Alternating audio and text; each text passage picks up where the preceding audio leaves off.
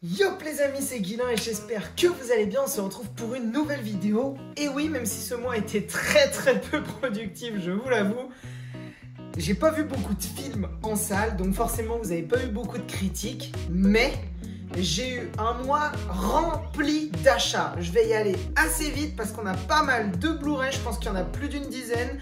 On a 2 4K et on a 2 magnifiques steelbooks. Un mois de février bien rempli, un portefeuille complètement vide. C'est parti. Comme vous le voyez les amis, une belle grosse quantité. Et vous savez quoi, je vais les garder comme ça. Et je vais commencer par le premier. Coco avant Chanel. Coco avant Chanel, je l'ai découvert, je ne le connaissais pas, c'est pour vous dire. C'est tout simplement un film qui va nous raconter la vie de Coco Chanel, comme vous en doutez, avant qu'elle devienne Coco Chanel, donc plutôt et surtout son enfance, réalisé par Anne Fontaine avec dans le rôle du personnage principal de Chanel, Audrey Tautou, qu'on peut retrouver dans Un long dimanche de fiançailles de Jean-Pierre Jeunet, ou encore évidemment Le fabuleux destin d'Amélie Poulain, et dans le rôle de son conjoint slash amant, on va dire dans le rôle le plus important, on va avoir Benoît Poelvoorde. Le film m'a pas ultra intéressé, il faut le dire. C'est le biopic d'un personnage, d'un univers qui m'intéresse pas de fou. Donc effectivement, Coco avant Chanel, ça serait un 5,5, 6 sur 10, mais c'était pas si mal. Prochain film, lui, c'est une petite pépite que j'ai hâte de découvrir. The Road, avec Viggo Mortensen. Le principe, de ce que j'ai compris, on est sur un monde post-apocalyptique, une vraie dystopie, où Viggo Mortensen va devoir tout simplement survivre en protégeant cette petite fille qui, si je dis pas de bêtises, est sa fille, des survivants, une apocalypse, des humains qui vont foutre la merde. Ça a l'air d'être un super film, une petite pépite, je vous le conseille. Même si je ne l'ai pas vu, je sais que ça va me plaire. Et les retours avaient été très bons. Je peux vous dire par exemple qu'il avait été gagnant du San Diego Festival et il était nommé au niveau des BAFTA Awards dans les années 2010. Prochain film, pour continuer ma collection, Old de M. Night Shyamalan. Old de M. Night Shyamalan est pas du tout aimé par la plupart des gens. Moi j'avoue que j'ai adoré le concept, je trouve qu'il va à fond dans le fantastique. Je trouve que les personnages fonctionnaient super bien, surtout les acteurs qui jouaient des enfants dans des corps d'adultes, je trouve que ça marchait bien, les deux parents. Certains personnages sont un peu caricaturaux, mais pour raconter quelque chose, le petit bout d'histoire à la fin pour t'expliquer le pourquoi du comment, c'est pas ce qui m'a intéressé le plus, c'est pas ce qui fonctionnait le mieux, mais j'ai trouvé que le film était vraiment sympa. C'est pas mon Shyamalan préféré, mais c'est un bon Shyamalan et franchement, regardez-le et réévaluez-le, c'est pas du tout un mauvais film. Old. Prochain film, un classique et l'un des plus grands rôles de son actrice, Catherine Deneuve, Les Demoiselles de Rochefort. Voilà, je l'ai trouvé pour vraiment pas cher, d'occasion. Alors oui, je le précise pas à chaque fois. Old était un Blu-ray neuf et les autres pour l'instant sont d'occasion, lui aussi. Je crois que Les Demoiselles de Rochefort, j'ai trouvé à 1 euro symbolique. J'aime bien ce film, c'est pas mon film préféré du cinéma français, mais c'est pas un mauvais film. Et pour le coup, c'est l'un des rôles les plus importants et emblématiques de Catherine Deneuve. Et Catherine Deneuve est une actrice que j'affectionne plutôt bien dans notre cinéma français.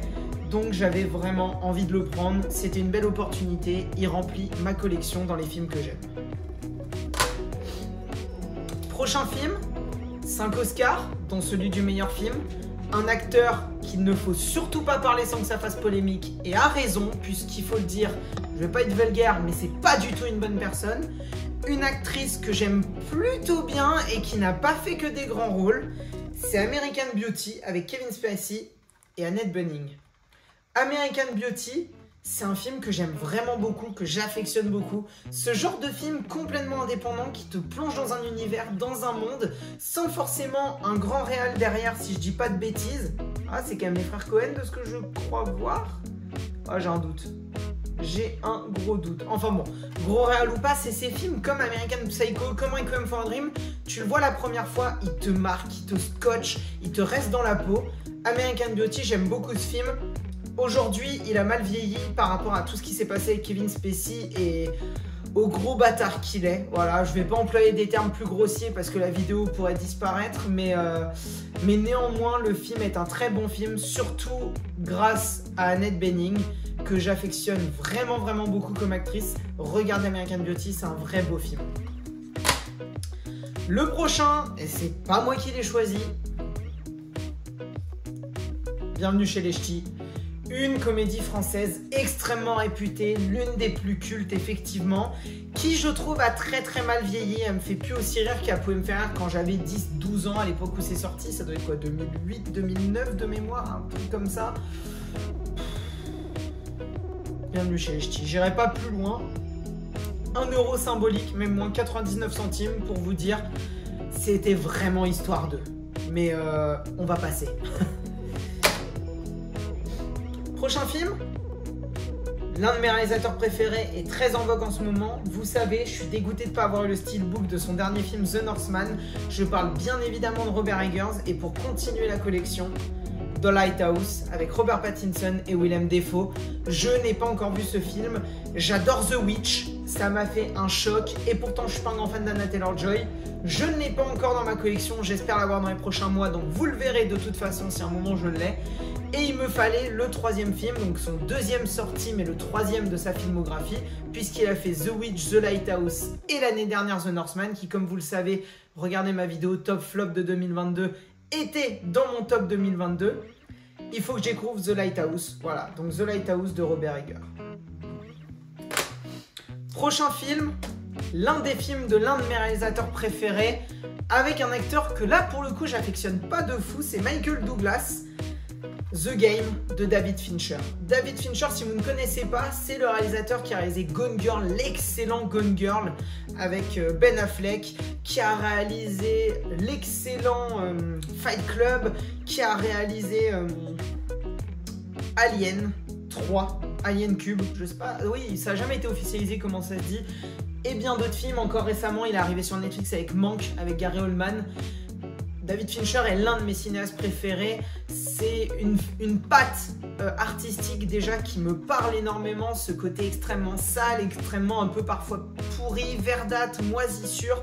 J'aime beaucoup. Et puis évidemment son chef-d'œuvre, mon film préféré de Fincher qui est Seven, avec cette fin rocambolesque.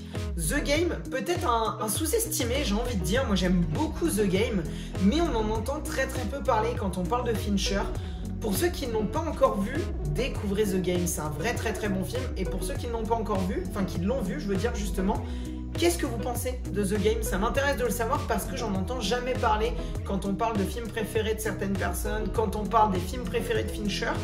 Pourtant, je trouve que The Game a un vrai truc. N'hésitez pas à me le dire dans les commentaires, et ce d'ailleurs pour tous les films que je vous ai présentés et que je vais vous présenter. Prochain film, un Scorsese et un DiCaprio, Le Loup de Wall Street. Que dire à part que ce film est extraordinaire. Bon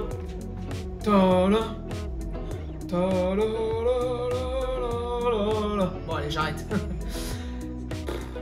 J'adore Le Loup de Wall Street. Ce film montre l'abus américain dans toute sa splendeur, l'argent, la coke, la drogue, la prostitution, enfin ce film est une aberration, voilà, jouissivement excessive. Je pense que Les Incorruptibles ne peut pas mieux décrire ce film. C'est un vrai putain de fucking film. Voyez Le Loup de Wall Street si vous l'avez pas vu, et je suis vraiment heureux de l'avoir parce que je ne l'avais pas encore dans ma collection. Prochain film, une pépite française sortie, si je ne dis pas de bêtises, l'année dernière ou peut-être fin 2021. Avec la dernière oscarisée en date, césarisée plutôt en date, Virginie Efira, et également Romain Duris et Grégory Gadebois, En attendant Beaujanglès. En attendant Beaujanglès, je vais vous en parler, surtout que Virginie Efira fait beaucoup de bruit en ce moment avec ses 2 derniers rôles et son César. C'est un film où Virginie Efira et Romain Duris se rencontrent lors d'une soirée où lui est une sorte de petit arnaqueur plutôt comique, pas forcément dans la méchanceté, et il va tomber amoureux du personnage de Virginie Efira. Ils vont avoir un enfant et au fur et à mesure du temps, eux qui vivaient un amour idyllique et presque parfait, ils vont très vite se rendre compte, et surtout le personnage de Virginie Efira, qu'elle a une maladie extrêmement contraignante qui fait qu'elle est un petit peu une certaine forme de bipolarité où elle va passer de tout à une autre émotion. Le film ne va jamais vraiment nous dire ce qu'elle a, mais elle est dans son monde. C'est un personnage extrêmement particulier, extrêmement agréable à regarder, elle provoque énormément de joie autour d'elle, mais aussi, et lorsque ça arrive, de la très très grande tristesse.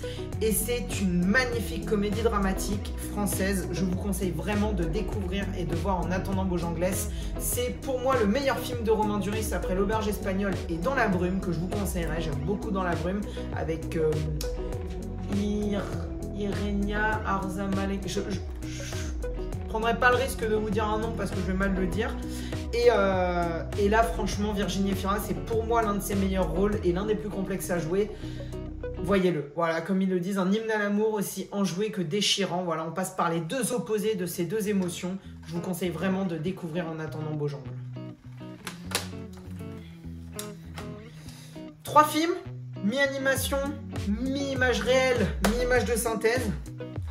La trilogie Arthur et les Minimoys. L'une des plus grandes productions françaises par l'un des plus gros connards du cinéma français, il faut le dire. Et on va pas parler de Arthur Malédiction que je n'ai pas encore vu. Arthur et les Minimoys, c'est, en plus d'être un film de mon enfance, je pense 3 bons films. En tout cas pour le premier et le dernier, je me souviens que le 2 était très très long pour pas grand chose. Il faut que je les redécouvre, que je vois déjà si ça a mal vieilli ou pas, mais j'ai d'excellents souvenirs du premier et du dernier. C'est un peu de nostalgie, un peu de qualité et surtout Cocorico, ça reste français, c'est EuropaCorp, c'est Luc Besson, c'est l'époque où les deux étaient encore capables de faire de bonnes choses et que toutes les merdes qui sont arrivées sur Luc Besson, avec Kevin Spacey, ça fait 2 bâtards quand même dans cette vidéo. Mais néanmoins, Arthur et Minimoys, c'était vraiment une très très bonne trilogie étant plus jeune. Je suis heureux de les avoir eus, là aussi 1 euro symbolique chacun. C'est plutôt cool, hâte de les redécouvrir. Dites-moi d'ailleurs ce que vous pensez de la trilogie Arthur et les Minimoys. Je la trouve au final assez... je trouve que le 1 est vraiment un bon film. Le 2, pour moi, il est oubliable et j'ai des souvenirs qui étaient longs. Le 3, je le trouve un peu chancelant. Donc une trilogie particulière qui partait bien, qui finit en dents de scie. Dites-moi ce que vous en pensez, ça m'intéresse vraiment dans les commentaires de cette trilogie Arthur et les Minimoys. On en parle très très peu alors que ça reste une des plus grosses productions françaises de saga. Donc franchement, hâte de découvrir ce que vous en pensez. Et pour terminer, 2 chefs-d'œuvre, il faut le dire, Shrek 1 et 2. Je vais vous en parler tout de suite. J'avais la possibilité, donc là aussi 1 euro symbolique, d'acheter les 4 films, puisqu'il y a un Shrek 3 et un Shrek Il était une fin, si je ne dis pas de bêtises. Je n'ai pas vu Il était une fin, qui est considéré comme étant pas bon du tout, et je n'aime pas le 3. Et comme vous le savez, dans cette Blu-ray Tech, je n'achète que des films que j'aime et pas Histoire 2. Donc j'ai décidé de ne pas prendre les 2 derniers films. Et j'ai pris uniquement le 1 et le 2. Le 1 parce que ça reste un bon film d'animation, même si ce n'est pas du tout mon préféré. Et en revanche, et c'est lui auquel j'ai vraiment envie de vous parler, Shrek 2 est l'un de mes films d'animation préférés. Si ce n'est, je pense, mon film d'animation préféré. Il est drôle, il a d'excellentes refs, l'histoire est excellente, il y a de vrais beaux messages, des réinventions du conte. Je trouve que Shrek 2 va beaucoup plus loin que le 1, beaucoup mieux, et qu'il n'a pas mal vieilli. Le 1, il y a certaines scènes que je trouve vraiment moches pour le coup. Le 2, pour moi, il se regarde encore beaucoup aujourd'hui. Dites-moi ce que vous en pensez, mais Shrek 2, je suis un énorme fan, et le I am a hero à la fin, c'est une des scènes que je trouve les plus entraînantes de tout le cinéma, et sûrement l'une de mes scènes préférées du cinéma. Il faudra un jour qu'on en parle de ça en vidéo. Dites-moi ce que vous pensez de Shrek 2. Les 2 prochains films, 2 4K, on va les enchaîner très rapidement. Le 4K de The Revenant. The Revenant, je l'ai pris parce que j'ai eu une bonne offre, je crois que je l'ai eu pour 8 ou 9 euros de mémoire, quelque chose comme ça, hein. Je vous dis les prix comme vous le savez. Et je ne l'ai pas encore vu, sauf que je suis un grand fan de Tom Hardy, je sais qu'il est dans le film. Pourquoi pas découvrir ce fameux Oscar de meilleur acteur qu'a eu DiCaprio, qui a un petit peu, je pense, pas forcément son meilleur rôle en tant qu'acteur pur de ce que j'ai cru comprendre, mais qui récompense à la fois le film et les conditions très dures et hard qu'il a vécu sur le tournage et le reste de sa carrière, je pense. Néanmoins, j'ai hâte de le découvrir. Dites-moi ce que vous en pensez de The Revenant, je ne l'ai pas encore vu. Donc là, je peux pas du tout affirmer quoi que ce soit sur ce film. Peut-être qu'on en parlera un jour. Et de l'autre côté, le dernier 4K, vous l'avez sûrement vu un petit peu passer rapidement, c'est The Meg en eau trouble en version française. Le 4K d'un film de monstre, d'un film sur un mégalodon qui se retrouve dans notre monde dû à des scientifiques qui ont voulu se prendre pour des dieux avec dans le rôle principal Jason Statham. Je trouve que c'est un vrai bon film. Pour le coup, en termes de divertissement popcorn, semi-film catastrophe, il faut le dire, je trouve que The Meg est l'une des dernières bonnes réussites du vrai cinéma hollywoodien comme on l'imagine dans notre esprit. Dites-moi ce que vous en pensez, mais pour le coup, je vois pas l'intérêt de faire un The Meg 2 qui va sortir, si je dis pas de conneries d'ailleurs, cette année. Mais de l'autre côté, bah, c'est du plaisir coupable et The Meg 2, bah, ça me donne envie. Donc dites-moi ce que vous pensez de The Meg. Et pour terminer, deux magnifiques steelbooks. C'est le steelbook de Halloween Ends. Et oui, cette trilogie de David Gordon Green, si je dis pas de bêtises, je vous montre un petit peu. J'espère que vous n'avez pas trop de reflets. J'essaie de vous le montrer un petit peu sous tous les angles.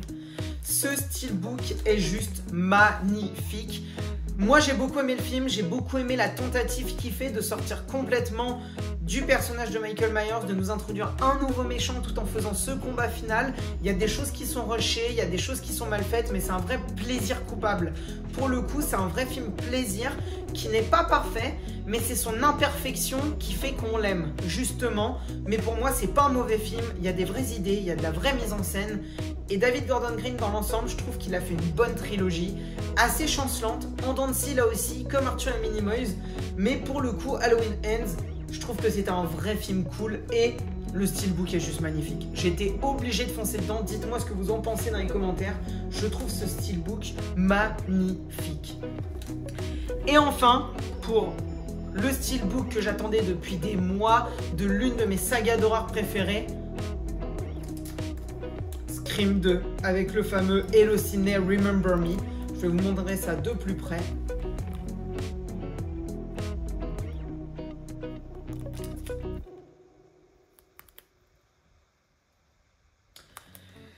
Le steelbook est magnifique, le film est moins bon que le premier, est moins bon que le 4, est moins bon que le 5. Si je devais classer la saga Scream, et vous allez me réentendre en parler dans très peu de temps, pour moi le meilleur c'est le 1, celui que je préfère après c'est le 4, je trouve que le 4 a de vraies choses, et puis bon, l'actrice de Jill, j'adore cette actrice. Nerve, vrai très bon film. Et je vous le cale comme ça.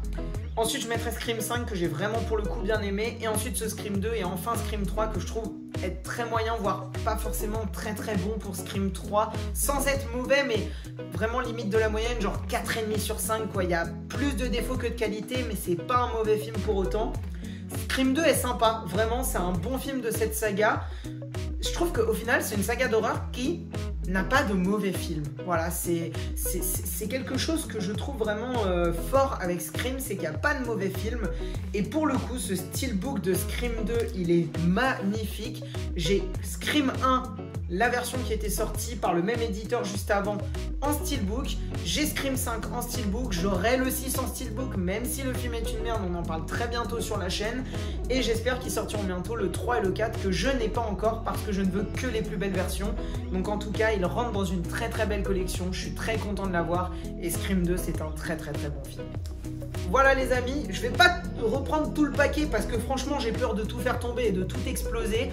Plus de 10 à 15 films je pense que je vous ai présenté, beaucoup de films différents. Dites-moi ce que vous en avez pensé, dites-moi si vous aimez ces films, si je vous en ai fait découvrir. Peut-être The Road avec Viggo Mortensen qui n'est pas le plus connu de son acteur. On sait pourtant qu'il est le fameux Aragorn du Seigneur des Anneaux. Dites-moi ce que vous pensez aussi de ces sagas d'horreur Halloween, la saga complète et spécifiquement la trilogie de David Gordon Green et la saga Scream où le prochain arrive d'ici peu de temps, même si on va, comme je vous l'ai dit, bientôt en reparler.